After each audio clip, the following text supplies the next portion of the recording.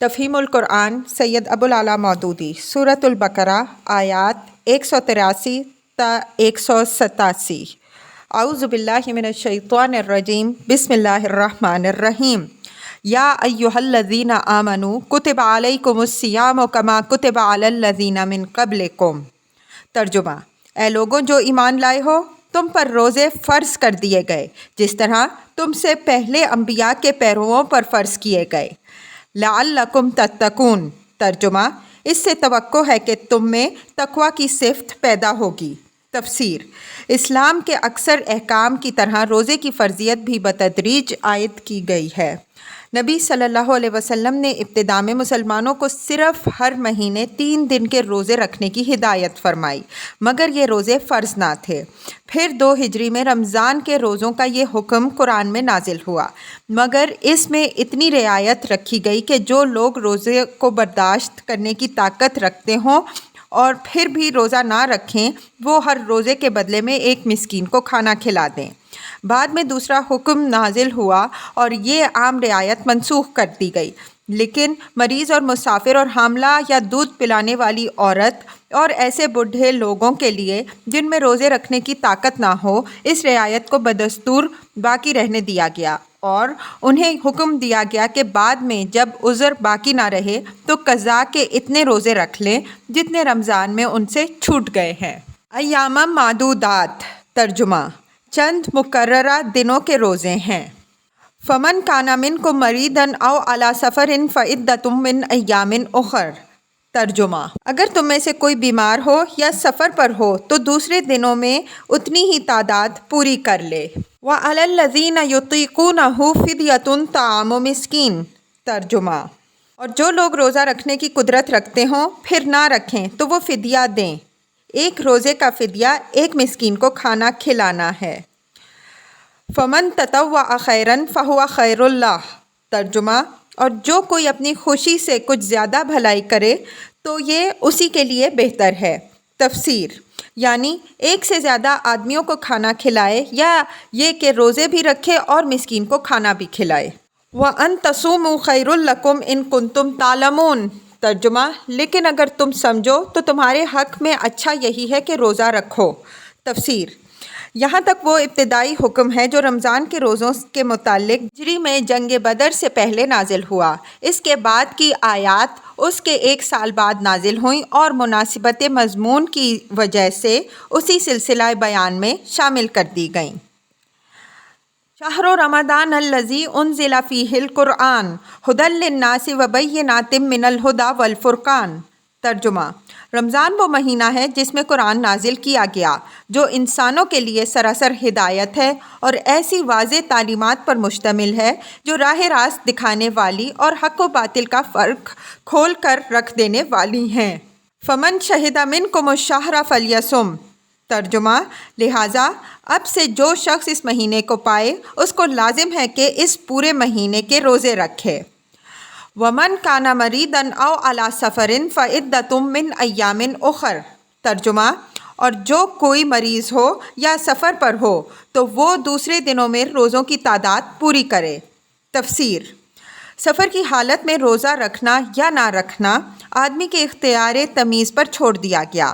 نبی صلی اللہ علیہ وسلم کے ساتھ جو صحابہ کرام رضی اللہ عنہم اجمعین سفر میں جایا کرتے تھے ان میں سے کوئی روزہ رکھتا تھا اور کوئی نہ رکھتا تھا، اور دونوں گروہوں میں سے کوئی دوسرے پر اعتراض نہ کرتا تھا۔ خود آن حضرت صلی اللہ علیہ وسلم نے بھی کبھی سفر میں روزہ رکھا ہے اور کبھی نہیں رکھا۔ ایک سفر کے موقع پر ایک شخص بدحال ہو کر گر گیا اور اس کے گرد لوگ جمع ہو گئے۔ نبی صلی اللہ علیہ وسلم نے یہ حال دیکھ کر دریافت فرمایا، کیا معاملہ ہے؟ عرض کیا گیا، روزے سے ہے۔ فرمایا، یہ نیکی نہیں ہے۔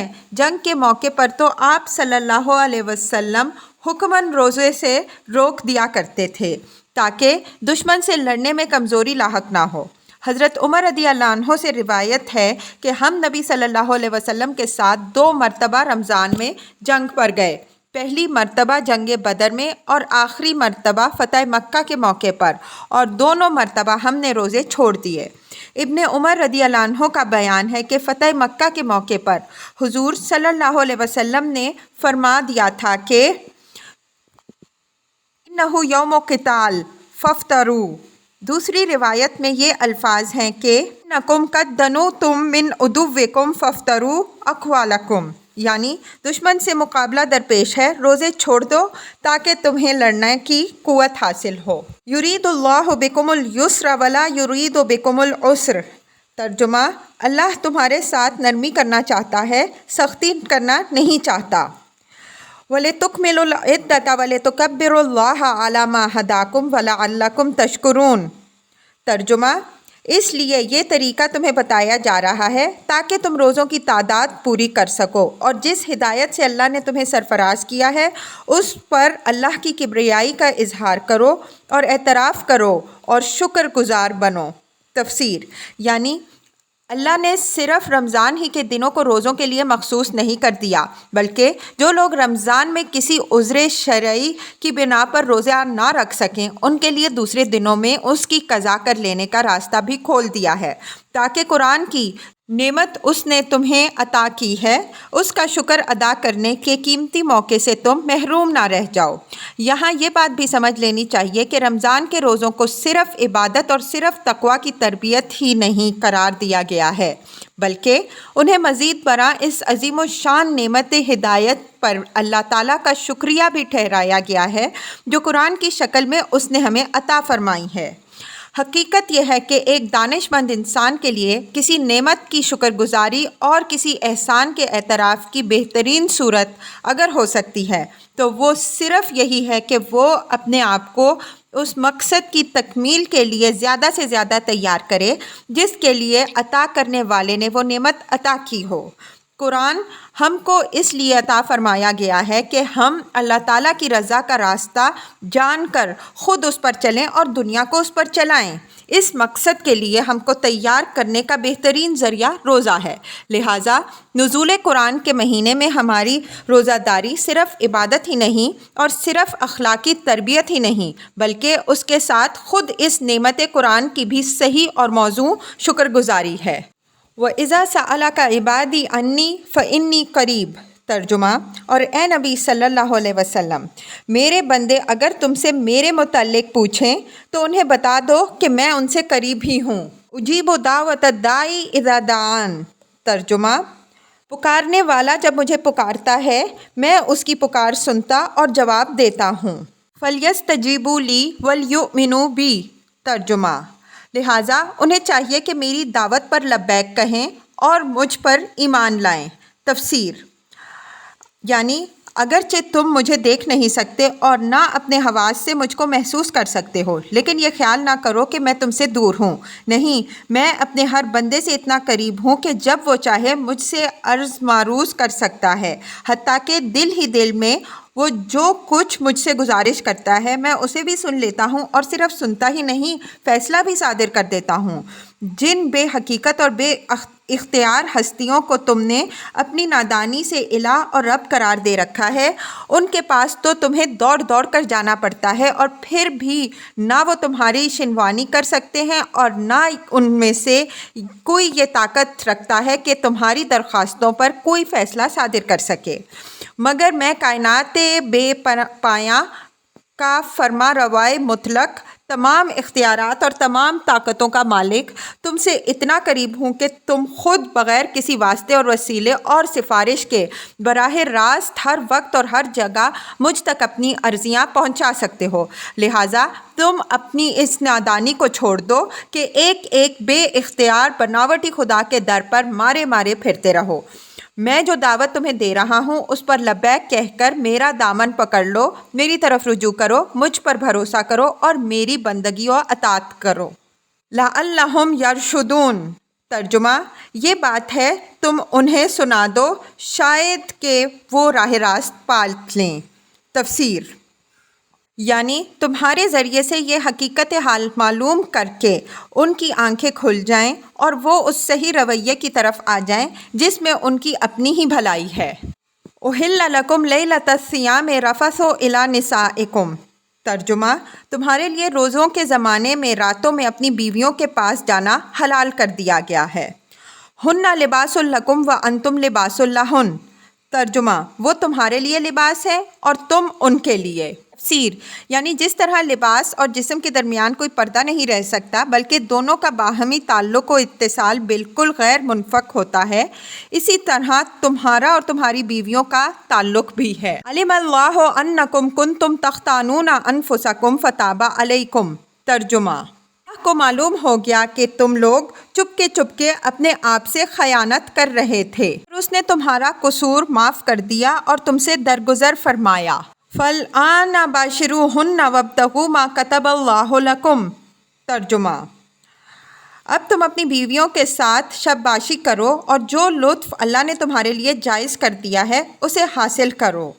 تفسیر: ابتدا میں اگرچہ اس قسم کا کوئی صاف حکم موجود نہ تھا کہ رمضان کی راتوں میں کوئی شخص اپنی بیوی سے مباشرت نہ کرے، لیکن لوگ اپنی جگہ یہی سمجھتے تھے کہ ایسا کرنا جائز نہیں ہے۔ پھر اس کے ناجائز یا مکروہ ہونے کا خیال دل میں لیے ہوئے بسا اوقات اپنی بیویوں کے پاس چلے جاتے۔ یہ گویا اپنے ضمیر کے ساتھ خیانت کا ارتکاب تھا، اور اس سے اندیشہ تھا کہ ایک مجرمانہ اور گناہ گارانہ ذہنیت ان کے اندر پرورش پاتی رہے گی۔ اس لیے اللہ تعالیٰ نے پہلے اس خیانت پر تنبیہ فرمائی اور پھر ارشاد فرمایا کہ یہ فعل تمہارے لیے جائز ہے، لہٰذا اب اسے برا فعل سمجھتے ہوئے نہ کرو بلکہ اللہ کی اجازت سے فائدہ اٹھاتے ہوئے قلب و ضمیر کی پوری طہارت کے ساتھ کرو۔ کلو وشربو۔ ترجمہ: نیز راتوں کو کھاؤ پیو۔ تفسیر: اس بارے میں لوگ ابتداً غلط فہمی میں تھے۔ کسی کا خیال تھا کہ عشاء کی نماز پڑھنے کے بعد سے کھانا پینا حرام ہو جاتا ہے، اور کوئی یہ سمجھتا تھا کہ رات کو جب تک آدمی جاگ رہا ہو کھا پی سکتا ہے، جہاں سو گیا پھر دوبارہ اٹھ کر وہ کچھ کھا نہیں سکتا۔ یہ احکام لوگوں نے خود اپنے ذہن میں سمجھ رکھے تھے اور اس کی وجہ سے بسا اوقات بڑی تکلیفیں اٹھاتے تھے۔ اس آیت میں انہی غلط فہمیوں کو رفع کیا گیا ہے۔ اس میں روزے کی حد طلوع فجر سے لے کر غروب آفتاب تک مقرر کر دی گئی ہے، اور غروب آفتاب سے طلوع فجر تک رات بھر کھانے پینے اور مباشرت کے لیے آزادی دے دی گئی ہے۔ اس کے ساتھ نبی صلی اللہ علیہ وسلم نے سحری کا قاعدہ مقرر فرما دیا تاکہ طلوع فجر سے عین پہلے آدمی اچھی طرح کھا پی لے۔ حتیٰ یتبین لکم الخیط الابیض من الخیط الاسود من الفجر۔ ترجمہ: یہاں تک کہ تم کو سیاہی شب کی دھاری سے سفید صبح کی دھاری نمایاں نظر آ جائے۔ تفسیر: اسلام نے اپنی عبادات کے لیے اوقات کا وہ معیار مقرر کیا ہے جس سے دنیا میں ہر وقت ہر مرتبہ تمدن کے لوگ جگہ اوقات کی تعین کر سکیں۔ وہ گھڑیوں کے لحاظ سے وقت مقرر کرنے کے بجائے ان آثار کے لحاظ سے وقت مقرر کرتا ہے جو آفاق میں نمایاں نظر آتے ہیں، مگر نادان لوگ اس طریقے توقیت پر عموماً یہ اعتراض کرتے ہیں کہ چین کے قریب جہاں رات اور دن کئی مہینوں کے ہوتے ہیں، اوقات کی یہ تعین کس طرح چل سکتی ہے؟ حالانکہ یہ اعتراض دراصل علم جغرافیہ کی سرسری واقفیت کا نتیجہ ہے۔ حقیقت میں نہ وہاں 6 مہینوں کی رات اس معنی میں ہوتی ہے اور نہ 6 مہینوں کا دن جس معنی میں ہم خط استوا کے آس پاس رہنے والے لوگ دن اور رات کے لفظ بولتے ہیں، خواہ رات کا دور ہو یا دن کا۔ بہرحال صبح و شام کے آثار وہاں پوری باقاعدگی کے ساتھ افق پر نمایاں ہوتے ہیں، اور انہی کے لحاظ سے وہاں کے لوگ ہماری طرح اپنے سونے جاگنے اور کام کرنے اور تفریح کرنے کے اوقات مقرر کر لیتے ہیں۔ کا رواج عام نہ تھا تب بھی فن لینڈ، ناروے اور گرین لینڈ وغیرہ ملکوں کے لوگ اپنے اوقات معلوم کرتے ہی تھے، اور اس کا ذریعہ یہی افق کے آثار تھے۔ لہٰذا جس طرح دوسرے تمام معاملات میں یہ آثار ان کے لیے تعین اوقات کا کام دیتے ہیں، اسی طرح نماز اور سحری و افطار کے معاملے میں بھی دے سکتے ہیں۔ ثم اتموا الصیام الی اللیل۔ ترجمہ: تب یہ سارے کام چھوڑ کر رات تک اپنا روزہ پورا کرو۔ تفسیر: رات تک روزہ پورا کرنے سے مراد یہ ہے کہ جہاں رات کی سرحد شروع ہوتی ہے وہیں تمہارے روزے کی سرحد ختم ہو جائے گی، اور ظاہر ہے کہ رات کی سرحد غروب آفتاب سے شروع ہوتی ہے، لہٰذا غروب آفتاب ہی کے ساتھ افطار کر لینا چاہیے۔ سحر اور افطار کی صحیح علامت یہ ہے کہ جب رات کے آخری حصے میں افق کے مشرقی کنارے پر سفیدہ صبح کی باریک سی دھاری نمودار ہو کر اوپر بڑھنے لگے تو سحری کا وقت ختم ہو جاتا ہے، اور جب رات کے آخری حصے میں مشرق کی جانب سے رات کی سیاہی بلند ہوتی نظر آئے تو افطار کا وقت آ جاتا ہے۔ آج کل لوگ سحری اور افطار دونوں کے معاملے میں شدت احتیاط کی بنا پر کچھ بے جا تشدد برتتے ہیں، مگر شریعت نے ان دونوں اوقات میں کوئی ایسی حد بندی نہیں کی ہے جس سے چند سیکنڈ یا چند منٹ ادھر ادھر ہو جانے سے آدمی کا روزہ خراب ہو جاتا ہے۔ سحر میں سیاہی شب سے سپیدہ سحر کا نمودار ہونا اچھی خاصی گنجائش اپنے اندر رکھتا ہے، اور ایک شخص کے لیے یہ بالکل صحیح ہے کہ اگر عین طلوع فجر کے وقت اس کی آنکھ کھلی ہو تو وہ جلدی سے اٹھ کر کچھ کھا پی لے۔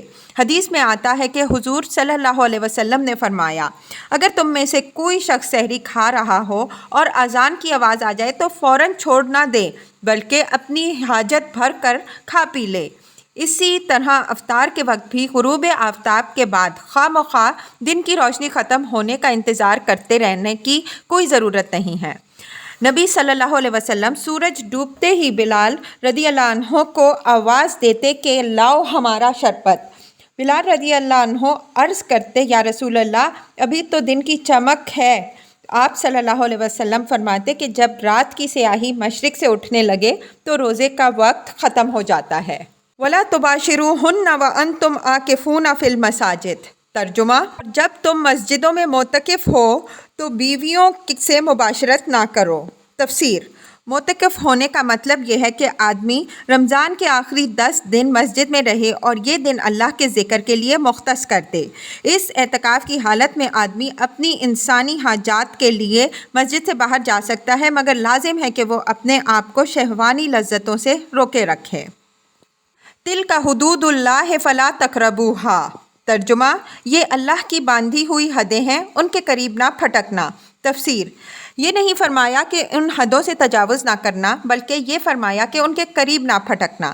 اس کا مطلب یہ ہے کہ جس مقام سے معصیت کی حد شروع ہوتی ہے، عین اسی مقام کے آخری کناروں پر گھومتے رہنا آدمی کے لیے خطرناک ہے۔